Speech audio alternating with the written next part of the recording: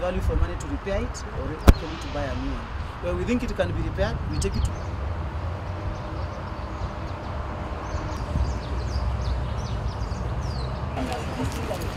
but this one's can maybe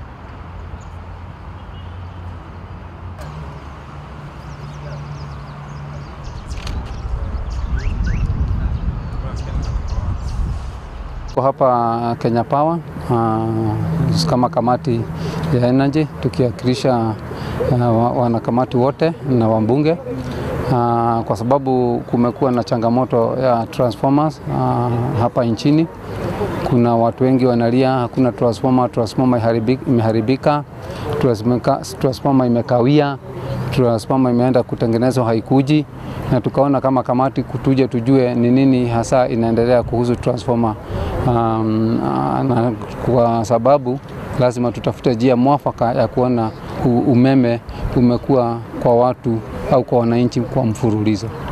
Ile kamati yetu kuna mswada ambao utaletwa bungeni hivi karibuni kwa kuona utumizi wa stima na malipo ya stima huenda ikaenda chini. Kwa hivyo hilo ni jambo tuko nalo pale bungeni, linangoja tu kuletwa kwa bunge wote, hiyo lijadiliwe na mwelekeo upatikane.